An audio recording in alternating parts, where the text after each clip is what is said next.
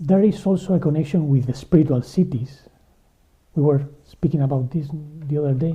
Yeah. Some of them are in the atmosphere. Actually, I wanted to show a painting. Have you ever seen the paintings of Nicholas Roerich in the early 20th century? Maybe not by name. I might have seen them and not associated the name with them. This is one of the No. most beautiful paintings by Nicholas Roerich. This is a city in the heavens, in the clouds. Mm-hmm.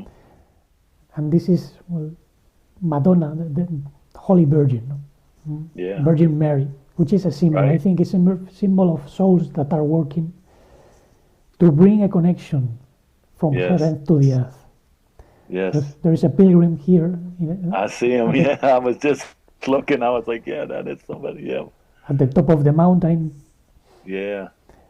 In the Himalayas, you see many contrasts with the light on the snow. Right. This resembles fire as well. For sure. Yeah. That reminded me of lava a little bit. And what do you see here? I see him. That's the devil, I think. Yeah. He's there. He's walking to Yes. bring everything down. Yeah. To the far left, is that somebody going in the door over there? Down here? Yeah. Yeah. Yeah, there might be some It entrance. looks like there's a door, like somebody going in the side door that we were just talking about. You got to go through the front door, or maybe that is the eye and the needle over there. Exactly. The needle is the giant needle that Yeah. the Virgin is. Right. It's almost like an oar, like in Venice, you would see one of them gondoliers with that stick pushing it. You know what I mean? And it's floating. The city's floating through the atmosphere. Exactly. This is a representation of the Shekinah, of the divine presence on earth. Yes. I had also an experience when I was sick several years ago. I was in bed and I had a sort of coming out of my body, not fully. I knew my soul was just floating a little bit, detaching from the physical body. And I felt a presence in my room. I smell roses, a very intense rose smell. Yeah. And I saw what looked like a little statue of the Holy Virgin, glowing. Absolutely. Yes. And someone approached. I didn't see her. She was a soul with the voice of an old lady. And she had an accent which could be from Ireland or from Britain, because I've heard those accents in Ireland as well. And she said that everything I was going through was because of a heart insanity. Wow. And yeah, I knew it had to do with a broken heart and Wow. something in the heart. And well, I didn't take it as the apparition of the Holy Virgin or something like that. Right. I knew there might be a Christian group praying for me. I was aware of that because Yeah. I was in contact with some people that were Christian. Right. But Some type of messenger, though, huh? yes, I think there are cities or regions in the celestial cities that are connected to the earth that sometimes come to bring messages. Absolutely. And this might be this tether or connection. Right. Because in those cities, you see everything beautiful. So it's not like here where you experience pain, suffering, death. They suffer, but not in the sense we think. Right. They suffer because of the pain of the world. They suffer because we're suffering, and Exactly. they're trying to, yeah. And there are many cities like this. So there are different traditions speaking about them. So it's not just the Yeah. Christian tradition. Countless probably. In the Hebrew Christian tradition, we hear about the heavenly Jerusalem, no? That is going to come down from heaven. Yes. Right. those are souls incarnating and also helping from these regions. Yep. But you find in Greek tradition about Hyperborea, Yeah. or in the Celtic tradition Avalon, or in Persia they speak about the emerald cities, Urkalia. Yep. The Sufis have this theme. Have you ever heard of Sohravardi, the Persian Sufi? No. He visited spiritual cities in what he called the eighth climate, which is in another vibration, obviously. We are in dense vibration spaces. Yeah. We are experiencing a space-time. Right. But in these heavenly regions, they experience time-space. So they are not so dense materially. Right. And they can see the past, the future, the different timelines. So this is why they are working, and there are different traditions. So it's not just one city. Oh yeah, that's what said. There's truth everywhere. Yeah, for sure. In one city, maybe they have a more Christian orientation, but in other cities, they are Sufis or Jewish Kabbalists, because the Kabbalists also speak about heavenly schools. No? Right. Yeah. They could be the true Israel. You know, the 12 tribes. You know, Exactly. so to say, because they overcame Isis, Ra, and El. You know, the powers there, and they were able to you know, not be trapped. You know, they could come back if they want to, you know, to help out, or like you said, come in visions and dreams, but or they could physically reincarnate back here, probably, if they wanted to, you know. That's it. But that's a dangerous journey, we all know. Yes. But it's worthwhile. It's our well, I'm not going to say the definite destiny, because many of these cities are just a resting point. Right. Even Gurdjieff said that paradise is for 1 or 2 days. Then we must go to the absolute. Yeah, right. The absolute sun, where the true kingdom of God is. Yeah, but we know that them 2 days could be, you know, thousands of years, millennium. Exactly. Yeah, you know. I have had some visions of beautiful lands. I don't rule out. I went to these cities. In the blog, I left an extensive article about spiritual cities and Hyperborea, with quotes by Plato, by Enrique Corbin. A recent blog? Yeah. I think I read that one. Yes, I published it maybe 2 weeks ago or so. Maybe I might not have seen that one. Yes, I gotta go back and check. Even the Greeks, when they spoke about Hyperborea, they thought of it as a spiritual city where they worship the sun, Apollo. And Pindar, one of the poets, said, you will not reach Hyperborea neither by foot nor by sail. So it's a spiritual land. Yes. Beyond the north wind. The north is connected to the pole. So the pole is a symbol of the connection to the entrance into the spiritual world. Now, we got that. Oh. Yes, please. I said we got that dualism here, where we're off axis a little bit, so we're close to the sun, far away, farther from the sun, closer to the sun, farther from the sun. Yes. And we got the lunar, the lunatic. Yeah, we are moving in and out of that connection, even allegorically, our solar system. Yeah, and our physical connection here. Our internet connection. But Plato said, well, the Pythagoreans said that we are also moving around a central fire.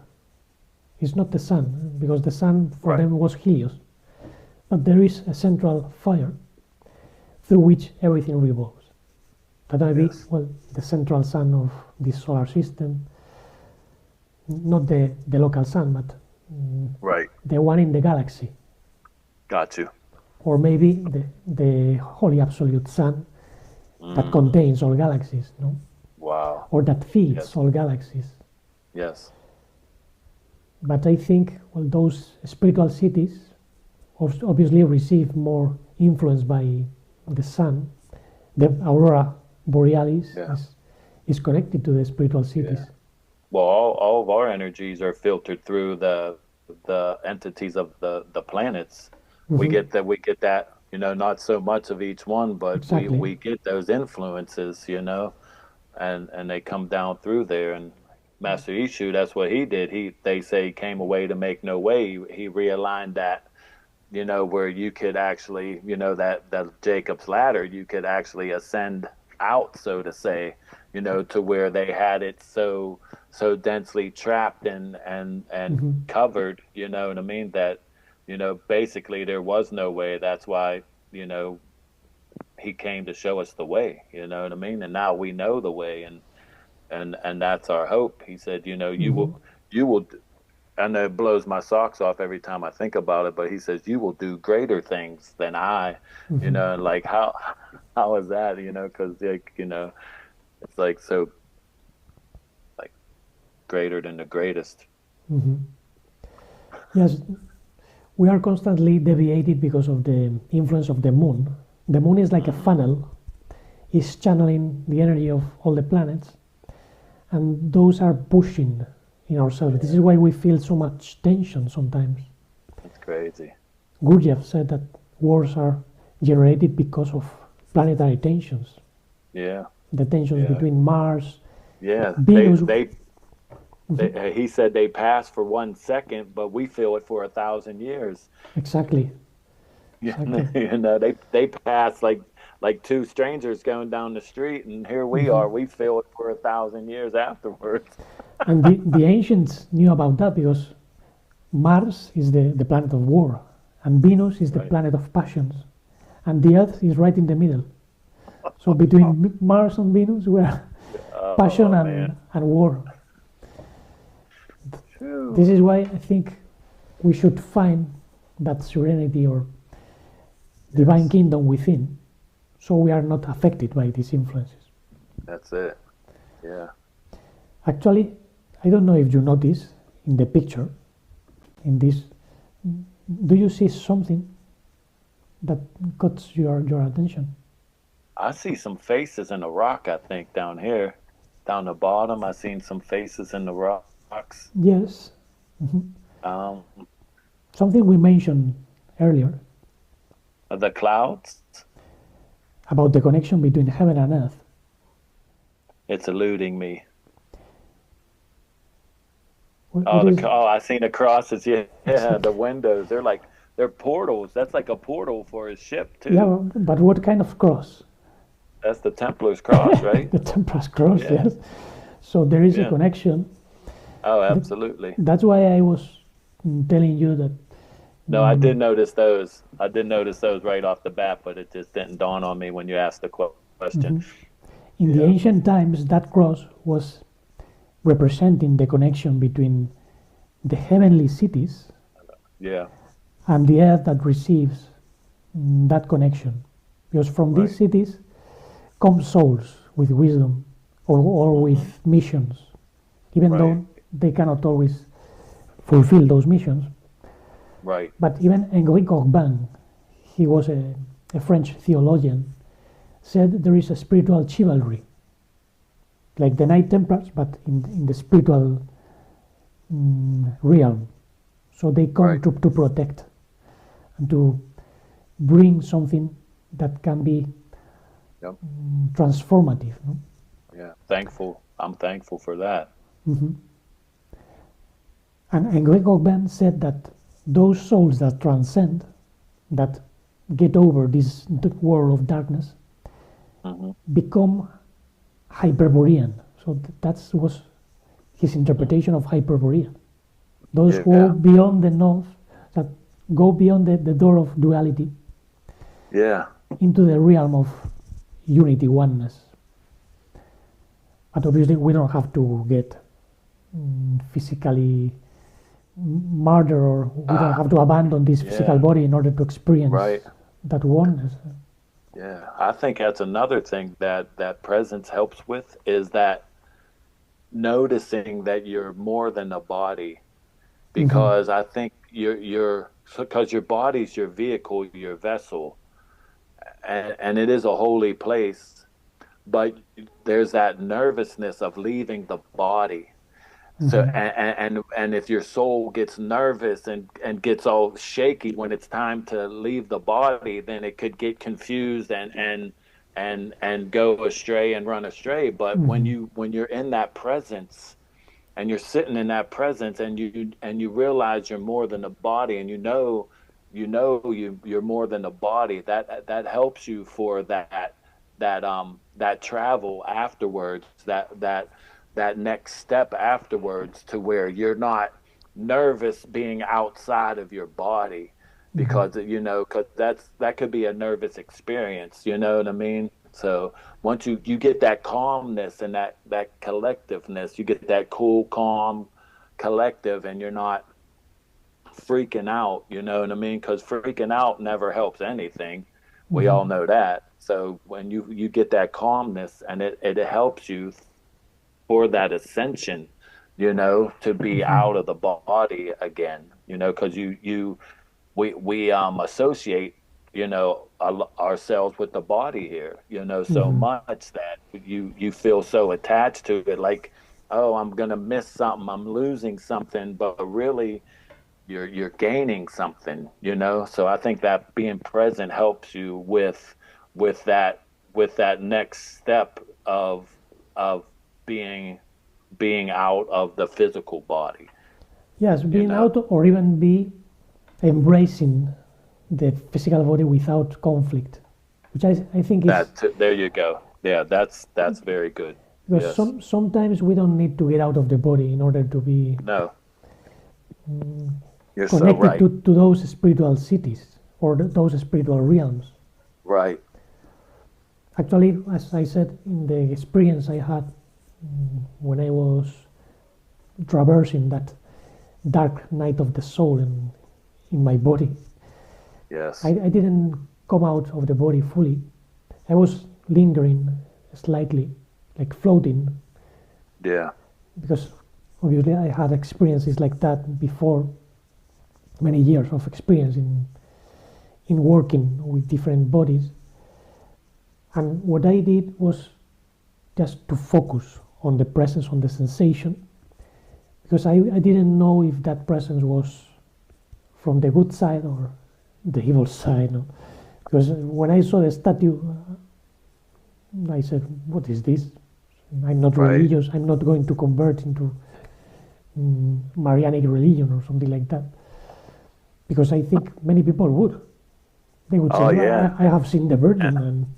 And maybe some God could come down, and some little God could come down and help you out if you give him your devotion and your attention, and give him your energy. Because that's what they said. Because that's what we was talking about there. They want our energy. We have that energy, and your how's that go? Your energy flows where your attention goes, or your attention goes. And I think that's the attention is a form of devotion. Who you give your attention to is who you're devoted to. So if you give your attention to one of these so-called gods, that they'll help you for a time and a place, but then don't feed them no more, right? And then don't give them no more energy. I think some of those cities are connected to many entities that rule and force souls to incarnate. I don't know if you have watched the movie The Astral City. I've been trying to watch it. I haven't. I'm definitely going to make that a point here very soon. Because it's very interesting. It has two parts.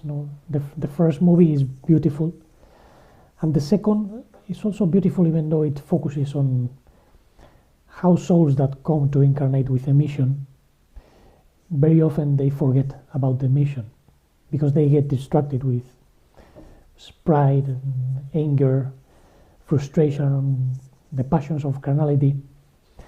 But one thing I miss in that movie is the teaching of the Master. They don't mention Yeshua, Ishu, Jesus, nothing. Right. They Yeah, speak, you don't have to mention him by name. He's yeah, more than a name.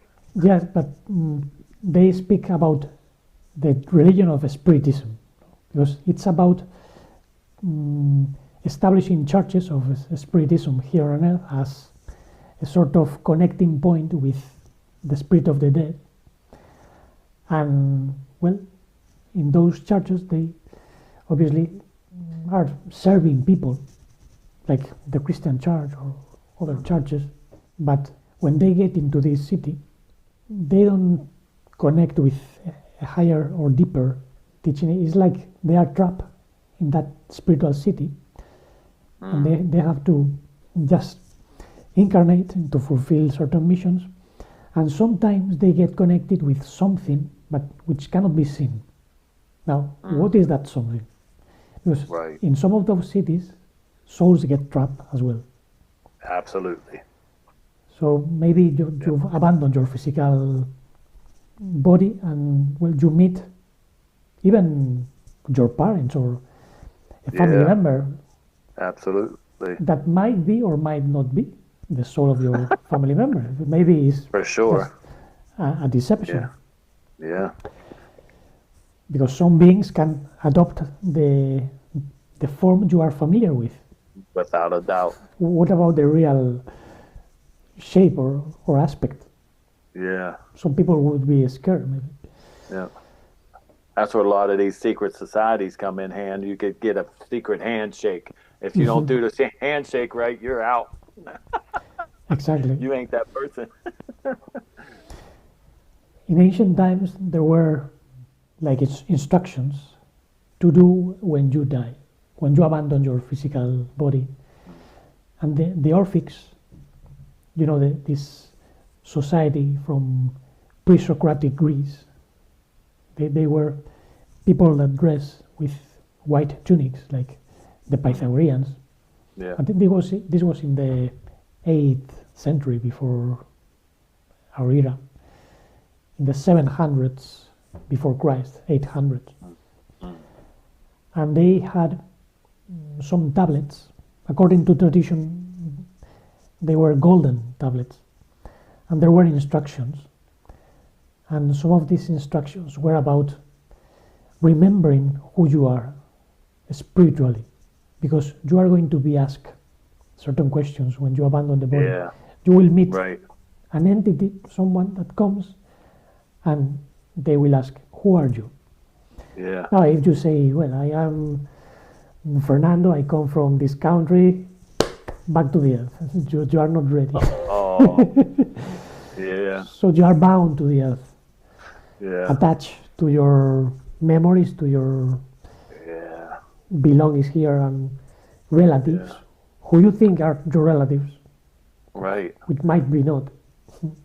Spiritual. But maybe that kind of is our mission, though, to raise this place up to those lofty, so to say, heights, though, right? So should we have a connection here? Because we're here, so obviously we do have some sort of a connection. Yes, I think we incarnate in families that sometimes belong to our spiritual family. Maybe one or two members belong to our soul group, but others belong to other soul groups, or even not to the tree of life. They come from another line, which is called the tree of knowledge. Oh, for sure. They come from, some would say, the devil, no, as Master Yeshua. He said to the Pharisees, your father is the devil, the liar and murderer from the beginning. You don't come from Abraham. Right. Because the souls from Abraham are not like you. They are not evil, they are not hating people. And you can sense that difference in the families. I have members in my family that cannot see myself, that cannot see me speaking about Christ, for instance, because they are Christian, in quotation marks. But they get full of hatred when I explain what I understand as the Messiah. No? This is because they have something inside which is clashing. It's different vibration, a different essence. Gurdjieff said there are people that clash because they have different essences. And I didn't understand what he meant until I realized that some people look human, but they have a lizard inside, literally. So their soul is not fully divine. Right. Yeah. And they are mostly in religion, but also in other ideologies, satanic ideologies, and they are very divisive, very conflicting type of souls. I think those are the nafs, or the more nefesh type soul. But the ruachim, those who have a more emotional side, which with conscience, divine conscience, can grow beyond that animal stage. So they are not just snakes, they are human. Yeah, right. So I think, we have boundaries, and we are bound here on earth to a certain extent. This is why it's so important to recognize your divine family, or people that are connected to the tree of life. If they are just in a close branch, or in a branch from the tree of life, they are going to understand what you say. Some people might be deceived, and they need to remember. Yeah. They might be in another tradition. Absolutely. Sure. But the Orphic said, well, if you claim I am a son of the earth, but a son of the stars, then they give you another chance. Yeah. Now, after Yeshua came, this would be even enough, because, well, there are many sons of the stars. No, Israel came from the stars, and they became prostitutes in the brothel of the world. The star seeds, as they are called today. So, what is the son, the real son of the divine in us?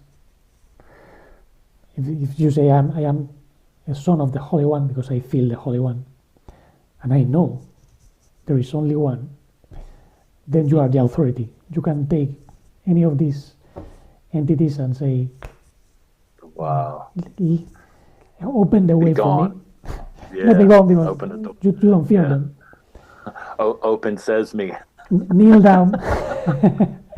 Kneel down and obey.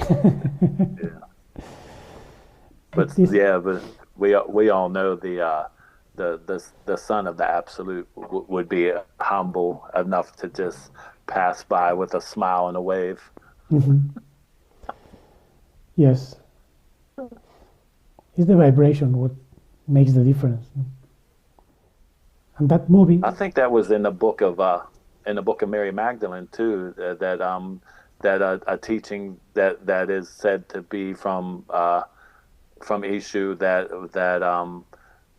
that she had an argument with Andrew and Peter about that, and then she told him the secret teachings because it was said that he didn't.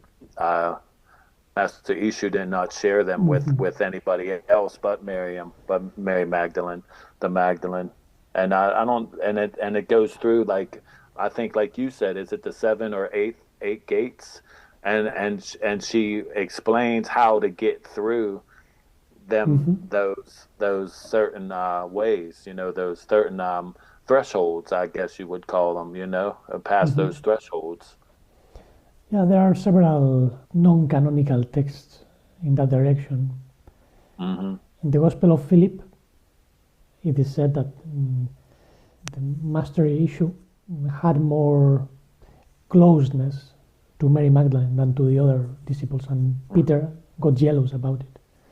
And in the Gospel of Mary Magdalene, she explains a vision that she had, And she asked, Rabbi, is this vision from the spirit? And he says, no, it's in the mind, which is between the soul and the spirit. Very interesting. That's the mental body. Absolutely. In the astral body. So the more we grow mentally, the more capacity we have to have those inspiring visions and understanding, and also self-awareness. We can decide if we come back or not. Yes. We don't have to depend on these ruling entities. Right. That obviously they want to purify certain energies, and they mix light and darkness. This is in Hebrew wisdom as well. Mm-hmm. That the architects decided to mix up light and darkness so that darkness can be purified. No? The Nahash, the serpent, has to be purified, but it's not working like that. You need something else. And those cities are a point of purification as well. Mr. Gurdjieff, in his All and Everything opus, wrote a beautiful chapter called Holy Planet Purgatory. You know, the Purgatory is a Christian place where souls are purified. But Gurdjieff says the Purgatory is not completely separated from the earth, but their souls sense everything as beautiful. So the birds sing amazing melodies, and the souls suffer because of the suffering of the planet. It's very similar to those experiences in the spiritual cities. Yeah. That can be the purgatory. Absolutely. Without a doubt. Would that be the same as Abraham's bosom? Exactly. Abraham's bosom, which is temporal. You don't remain there forever. Right. But in Christian tradition, it is known that many souls go there when they are not completely aware of who they are, but at least they get instructed. Right. Just as the Jewish Kabbalists say, they go to yeshivas, the schools in the astral world. Mm-hmm. And they don't remain in Yetzirah, so they go to Beria, and even Atzilut. They say you can be connection with Atzilut, the emanation. Wow. Yeah. And this is a universe, and we study in universities. How close is that one? That's it. We study one verse, the universe. The universe, right? The verse of the Holy One. How many verses are in that book? We only study one at the time. Huh? This is why the Messiah is known as the Word, the Logos. The one. The Mashiach is the Word. Absolutely. Beautiful. Yes. Which is also light, or is light in Hebrew. But it's also beautiful. Like a sword. It's sharper than a sword. And D and D is Dalat, the door. Exactly. 4. Yeah. Which is connected to your path, by the way. The 22-4. So the or, right? The door. The light door. The light door. In your path, you have to become aware of the father-son connection, and somehow become a master builder for the world, to bring the word and also the temple, the holy spiritual temple. Please and thank you. I think those spiritual cities are inside ourselves. No? When we feel that presence, everything is, right? We are connected to not just to the spiritual cities. There might be 72 in the movie Astral City. They speak about 72 centers, right? With like 72 names of good. Yeah. And even they have a logo which is like Star of David. Look, Ain't that crazy? They call it the logo. They logo. Everybody exactly. likes something with the logo. It's like logo. You call it the word, but it's yeah. I guess a picture's worth 1,000 words. A logo. Uh-huh. I think this is the first. Yeah. It's based on the mediumistic channelings of Chico Javier, which is a Brazilian medium, a clairvoyant. And he received this story from a soul of a doctor who died, who passed away, and Yeah. well, he was instructed in one of these cities. So ever since they established centers or connection with clairvoyant people or members Yeah. of. I read a book like that one time where yeah, somebody a medium ghost read a book about from another that was on the other side, so to say. Uh, Yeah. yeah, there are different books about that. Yeah, I'm sure. Many near-death experiences are about Right. the connection with different planes. Right. Robert Monroe wrote about the out-of-body experiences, and well, he got connected with himself, with a soul cluster, or a self cluster, as he called it. The different incarnations of himself. He was like a greater oversoul. Yeah. Wow. But as I said, many of these teachings and views miss that we have to be more connected to something deeper, not just spiritism or Right. the New Age religion, which is very How to unstable. right, the anchor of our soul. Exactly.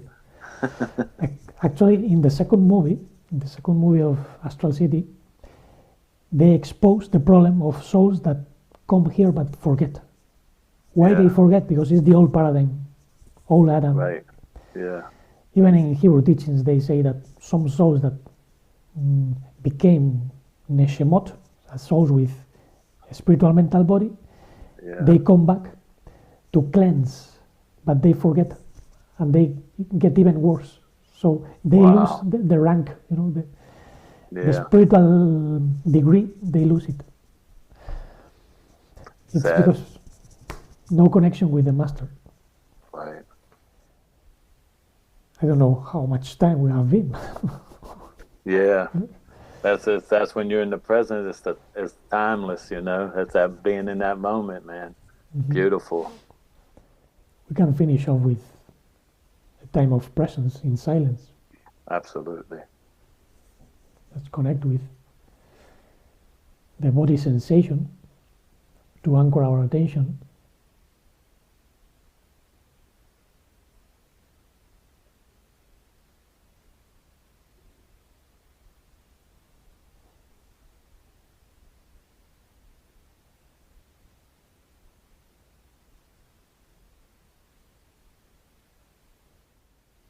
All the tensions seem to go away when we are letting go of worries and emotional attachments.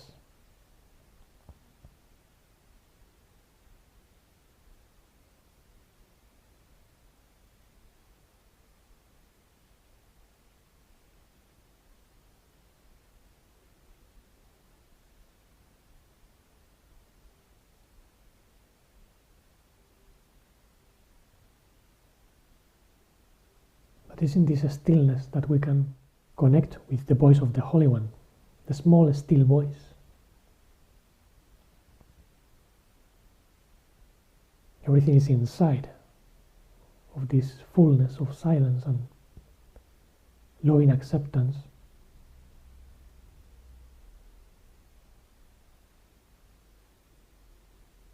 The divine presence.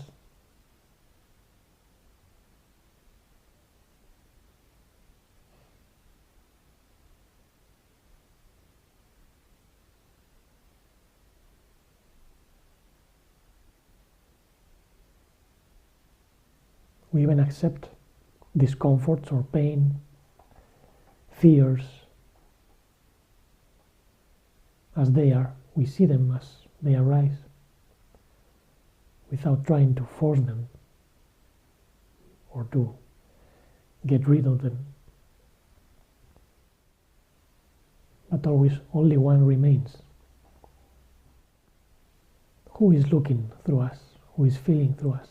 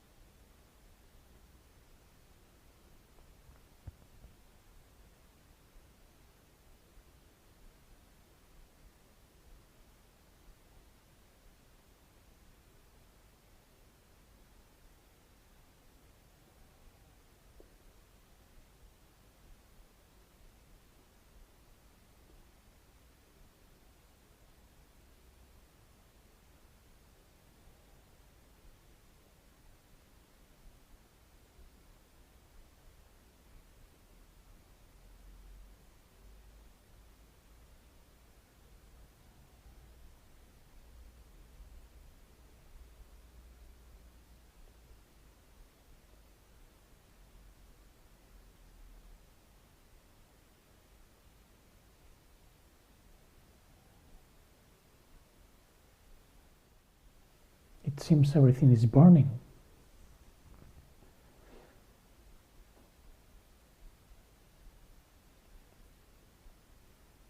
The energy of the whole universe is sensed from here.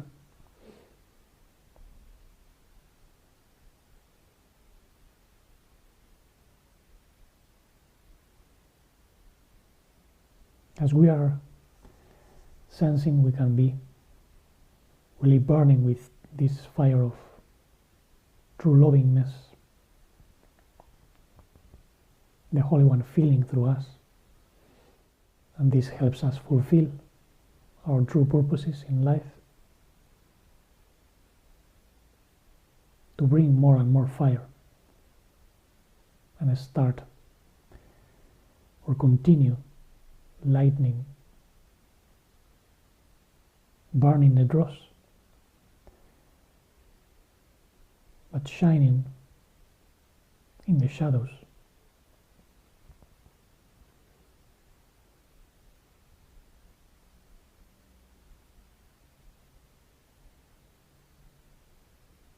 Let's open our eyes, because the one eye is always open. Absolutely. The first eye. Yes. Bringing consciousness to the unconscious. Mm-hmm. Always open. Conscience and conscience, personal relation with the one. Absolutely. What it's all about, man. Mm-hmm. A relationship.